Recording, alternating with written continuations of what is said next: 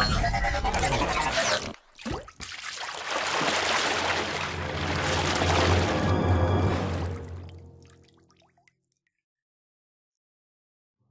الله الرحمن الرحيم. السلام عليكم ورحمة الله وبركاته. طلبة وطالبات الصف الرابع الابتدائي، يا رب تكونوا بخير وأولياء أموركم بخير. إن شاء الله النهاردة هنبدأ في أول درس من دروس مادة الحساب إن شاء الله، المنهج الجديد. معاكم مستر عمرو حسين. بصوا يا شباب، يعني المادة إن شاء الله سهلة، ما حدش صعب عليك. لا، الرياضة سهلة بس عايزة شوية عايزة شوية مذاكرة ومراجعة باستمرار. تمام. هنبدأ إن شاء الله ناخد أول درس النهاردة، أول درس من دروس الوحدة الأولى. الدرس اسمه اسمه الرقم والعدد والصيغة العددية. اسمه يا شباب اسمه الرقم والعدد والصيغة العددية. تمام. طيب، قبل كده احنا خدنا في السنين اللي فاتت دي خدنا الأرقام، صح كده، والأعداد. كنا احنا عارفين أرقام والأعداد. كنا الأرقام بنكتبها ازاي؟ بنكتب هنا 0 1 2 3 4 5 6 7 8 9 إلى ما لا نهاية. دي اسمها اسمها أرقام. تمام كده. طيب، أو أعداد. تمام. طيب، لو تلاحظ كده أنا كاتبها قدام حاجة اسمها أرقام الأرقام الهندية. الأرقام الهندية. تمام كده. طيب، يا ترى إيه الأرقام الهندية دي؟ الأرقام الهندية دي يا شباب اللي إحنا كنا بنكتبها على طول السنوات اللي فاتت دي كلها. يعني كنت يعني في سنة أولى وثانية وثالثة كنت بكتب اللي هو الصفر والواحد والاثنين والثلاثة والأربعة بالأشكال اللي قدامك دي. دي اسمها أرقام أرقام هندية. أمال باقي الأرقام العربية بتاعتنا اللي إحنا بنقول عليها إنجليزي. تمام كده. اللي هي اللي هي 0. تمام كده. 1 2 3 4 5 6 7 8 9 إلى ما لا نهاية. دي اسمها الأرقام الأرقام العربية. واللي اكتشف الأرقام دي كان العالم مين؟ العالم العربي الخوارزمي. تمام. طب الخوارزمي سماها كده ازاي عربية مع انها مكتوبة بالانجليزي؟ لا، هو سماها حسب الزوايا. يعني بص كده، لاحظ معايا كده ان عندك الواحد ده كده بيتكون من كام زاوية؟ زاوية واحدة بس. تمام. طب الاثنين بيتكون من كام زاوية؟ ادي زاوية وادي الثانية، عشان كده بقت 2. طب الثلاثة فيها كام زاوية؟ ادي 1 2 ودي الثالثة. تمام، عشان كده بقت 3. طب الأربعة اهي، يبقى هنا 1 2 3 4. طب والخمسة اهي، الخمسة بتتكتب كده صح؟ ادي 1 2 3 4 ودي الخمسة. وهكذا 6 والسبعة والثمانية لغاية لغاية الأرقام كلها. طيب، يبقى دي الأرقام اسمها الأرقام العربية. طب أنا مستر هشتغل بقى أرقام فيهم الهندية والعربية؟ طبعا هشتغل أرقام مين؟ الأرقام العربية. يبقى من هنا ورايح إن شاء الله في سنة رابعة هشتغل بالأرقام العربية. هنسى خالص بقى الأرقام الهندية دي، ويعني هتاخد معاك وقت، بس إن شاء الله مش وقت كتير. طبعا أنا عارف أنتوا أذكياء وطلبة شطار، فهنكتب على طول الأرقام الأرقام العربية على طول. يبقى تحفظ جدول الضرب بالأرقام العربية، يبقى عندك كل الأرقام اللي هتكتبها بالأرقام العربية. تمام. انسى خالص بقى الأرقام الهندية. تمام. طيب، الدرس النهارده اسمه اسمه الرقم والعدد والصيغة العددية. طب ايه الفرق بين الثلاث حاجات دولت؟ هنبدأ أول حاجة الرقم والعدد. ايه الفرق بين الرقم والفرق بين العدد؟ الرقم يتكون من خانة واحدة فقط، خانة واحدة بس، اللي هو مين؟ اللي هو الآحاد، خانة الآحاد. تمام كده. طيب، يعني أقل من 10، مش الخانة الواحدة. أكبر رقم في الخانة الواحدة كام يا شباب؟ أصغر رقم في الخانة الواحدة اللي هو الصفر، صح؟ طب أكبر رقم في الخانة الواحدة هيبقى كام؟ هيبقى 9، لأن لو حطيته 10 هيبقى خانتين ما ينفعش. تمام؟ يبقى الأرقام هي بتتكون من خانة واحدة فقط. تمام كده. يعني من صفر لغاية كام؟ لغاية 9. يبقى عندك صفر، ده كده رقم 1، رقم 2 3 4 5 6 7 8 9. دي كلها أرقام. طالما أقل من 10 يبقى اسمه رقم. أمال ايه العدد بقى؟ العدد هو رقم. العدد هو رقم. يبقى أنا كده كبرت. طب مين الأكبر، الرقم ولا العدد؟ لا، العدد أكبر. تمام. يبقى كل الأرقام أعداد. كل الأرقام أعداد. طيب، يبقى العدد هو رقم. تمام كده، أو أكثر، يتكون من خانة واحدة أو أكثر. يعني أول ما يجي على 10 أو أكثر من 10 يبقى اسمه عدد.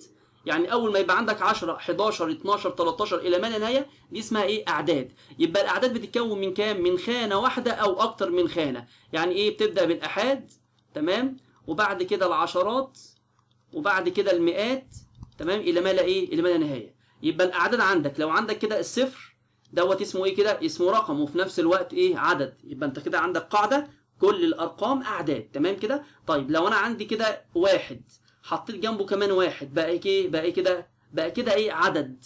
يبقى ال 11 دوت عدد. طب ينفع اقول عليه رقم؟ ما ينفعش. لكن ينفع اقول على الرقم عدد، لكن ما ينفعش اقول على عدد ايه؟ رقم. طب لو عندي 2 ده اسمه كده ايه؟ عدد، وفي نفس الوقت هو رقم. طب لو حطيت له ايه؟ 3 جنبه بقى 32، بقى اسمه عدد. تمام؟ يبقى الاعداد بتتكون من ايه؟ من خانه واحده او اكتر. يعني اول ما يجي لك العشرة وانت طالع دي اسمها كلها ايه؟ اعداد. يبقى هنعرف القاعده بتاعتنا بتقول ايه القاعده. بص كده، خليك معايا شوف القاعده بتقول ايه.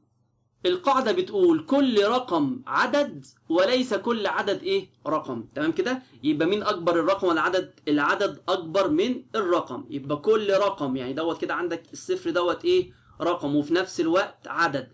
طب المية ده عدد، ينفع اقول عليها رقم؟ لا ما ينفعش. يبقى ده كده عدد، ودوت كده ايه؟ رقم، وفي نفس الوقت ايه؟ عدد. لان كل الارقام اعداد، بس كل الاعداد ليست بايه؟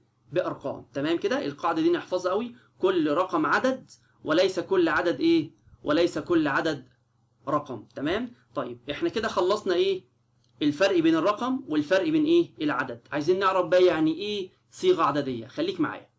الصيغة العددية هي الطريقة التي نعبر بها عن الأعداد. طيب احنا الحاجات دي كلها خدناها في سنة تالتة.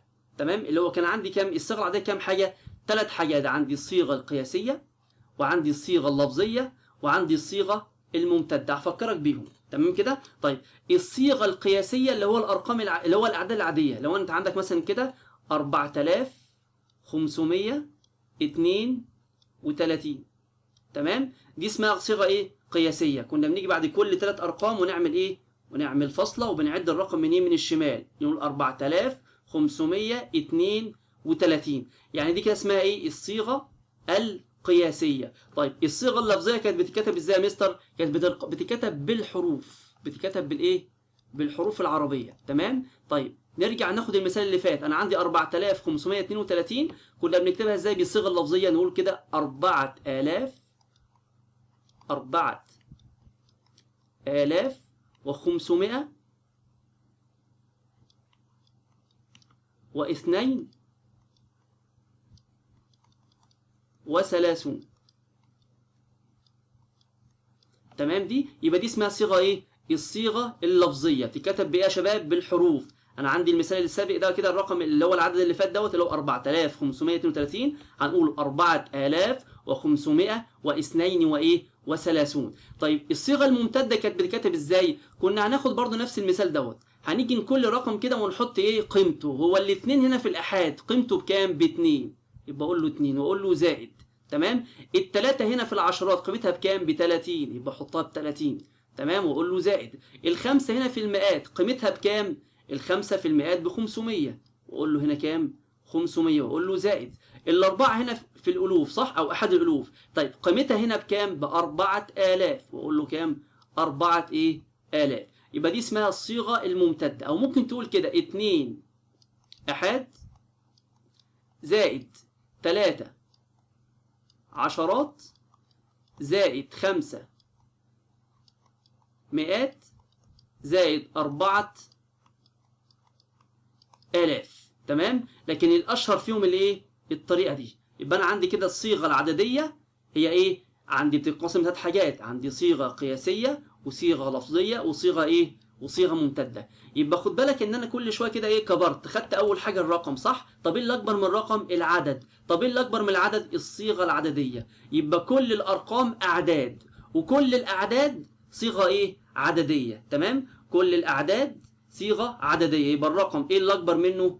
اكبر منه العدد، والعدد اللي اكبر منه اكبر منه الصيغه مين؟ الصيغه العدديه. تمام؟ طيب لو انا جيت كده قلت انا عندي هنا مثلا ايه؟ 3 دوت ايه؟ دوت في نفس الوقت عدد ورقم، صح كده؟ طب لو 13 هيبقى عدد بس، وفي نفس الوقت التلاته دي خد بالك برضو صيغه ايه؟ صيغه عدديه، اللي هو بالصيغه مين؟ القياسيه. تمام؟ طب 13 عدد بس مش رقم، صح؟ عشان بيتكون من اكتر من خانه، وفي نفس الوقت صيغه ايه؟ عدديه. طب لو قلت لك 25، 25 هو عدد؟ لا مش عدد. تمام؟ طيب رقم؟ قصدي لا مش رقم، تمام. دوت مكتوب بالايه؟ بالعربي، يعني مكتوب بالصيغه مين؟ اللفظيه، يبقى دوت صيغه عدديه فقط، دوت كده صيغه عدديه، تمام. يبقى انا كده ممكن الخص لك الدرس النهارده اللي احنا خدناه. احنا خدنا الارقام صح كده؟ الارقام ايه الاكبر من الارقام؟ الاعداد. طب ايه الاكبر من الاعداد؟ الصيغه العدديه. يبقى كل رقم عدد، تمام كده، والاعداد كل عدد ايه؟ صيغه عدديه، تمام. هناخد تدريبات، تمام، على اللي احنا خدناه دلوقتي، وبعدين نوصل لاخر ايه؟ اخر جزئيه في الدرس، تمام. خليك معايا. عندنا يا شباب تدريب، بيقول ايه تدريب؟ بيقول لك ضع دائره حول الارقام وخط تحت الايه؟ الاعداد. طيب هنحط دايره حول مين؟ الارقام. طب احنا اتفقنا من شويه قلنا الارقام بتتكون من كام خانه؟ من خانه واحده فقط. طب دوت كام خانه؟ خانتين، يبقى دوت مش ايه؟ مش رقم، ده عدد صح. طب الستة رقم، يبقى احط حواليه ايه؟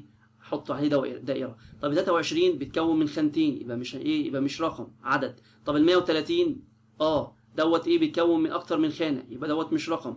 طب السبعه بيتكون من خانه واحده، يبقى ده كده ايه؟ رقم. طب التسعه خانه واحده، يبقى دوت برضو رقم. طب ال 345 اكتر من خانه، يبقى مش ايه؟ يبقى مش رقم، يبقى ده كده عدد.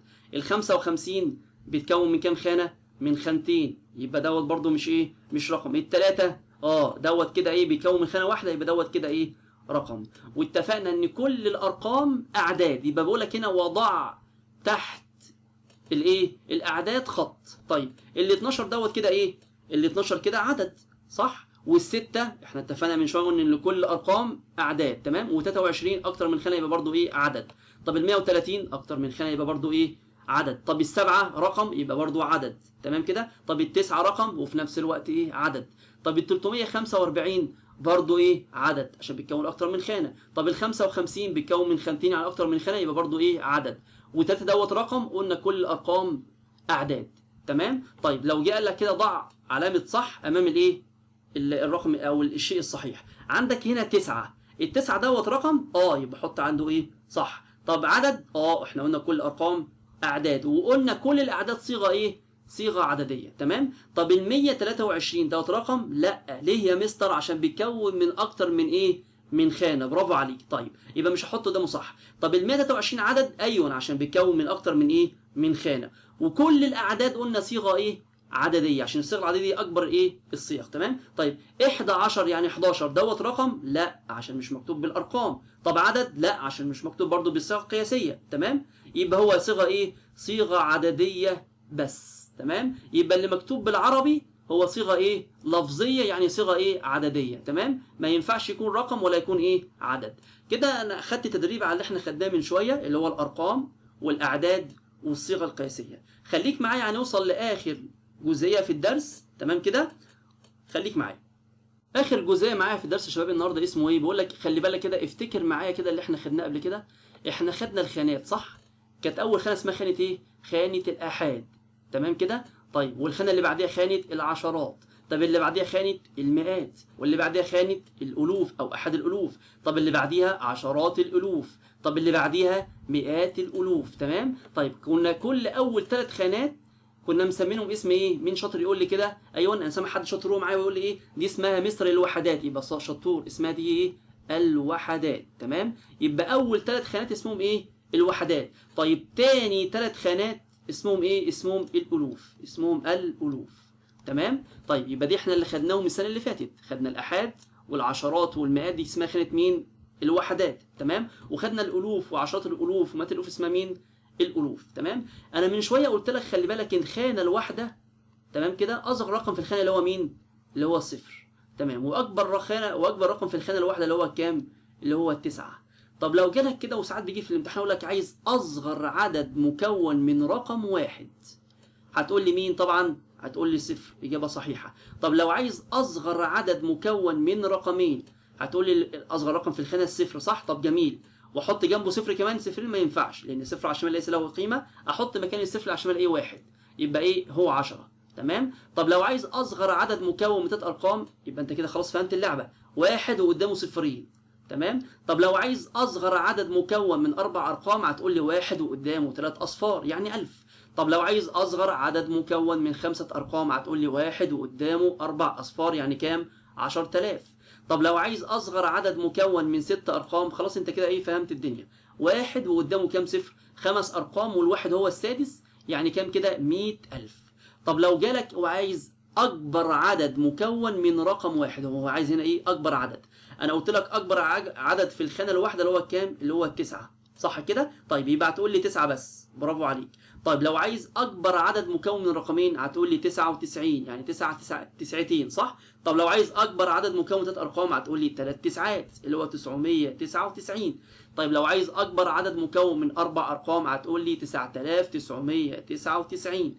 طب لو عايز أكبر عدد مكون من 5 أرقام هتقول لي 5 تسعات، تمام؟ طب أكبر عدد مكون من 6 أرقام هتقول لي 6 تسعات اللي هو 999999. طبعا الحاجات دي اساسيات الدرس اللي جاي ان شاء الله، لان الدرس اللي جاي ان شاء الله هناخده الاعداد الكبيره، فهناخده خانات اكتر من الخانات الوحدات والالوف، فهناخده خانات جديده ان شاء الله عشان احنا الناس كبرنا شويه، تمام؟ فان شاء الله يعني راجع الدرس مره واثنين وثلاثه، ولو عندك كتاب خارجي حاول تحل الواجب اللي عليه، ولو في اي حد عايز اراجع معاه في اي حاجه يكتب لي في التعليقات ان شاء الله. واشوفكم المره الجايه ان شاء الله على خير. وما تنساش لو مش عامل اشتراك للقناه حاول تعمل سبسكرايب وتعمل اعجاب للدرس لو عجبك، وانشره ان شاء الله، الدل على الخير كفاعله. واشوفكم على خير المره الجايه، والسلام عليكم ورحمه الله وبركاته.